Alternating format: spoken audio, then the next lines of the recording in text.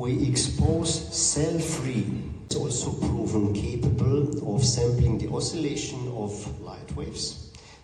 The solution was looking for a problem and found it some 15 years later by capturing molecular vibrations in human blood in real time.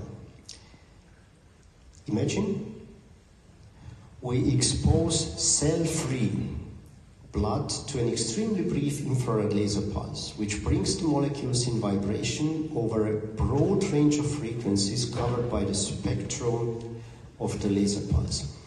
The vibrating molecules in turn emit coherent infrared light in the wake of the excitation. Just as this tuning fork generates acoustic waves, I try to make you hear it. Following its sudden excitation, whilst these sound waves oscillate only a few hundred times per second, which our ears can directly detect, you can just hear it, the infrared molecular signal oscillates several 10 trillion times per second, several 10 trillion times.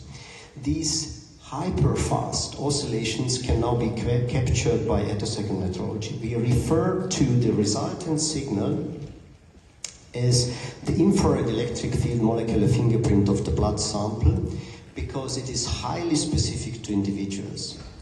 The method capturing it has been dubbed infrared electric field molecular fingerprinting, briefly infrared fingerprinting, and constitutes the only profiling modality in our phenotyping platform that can detect signals from any types of molecules.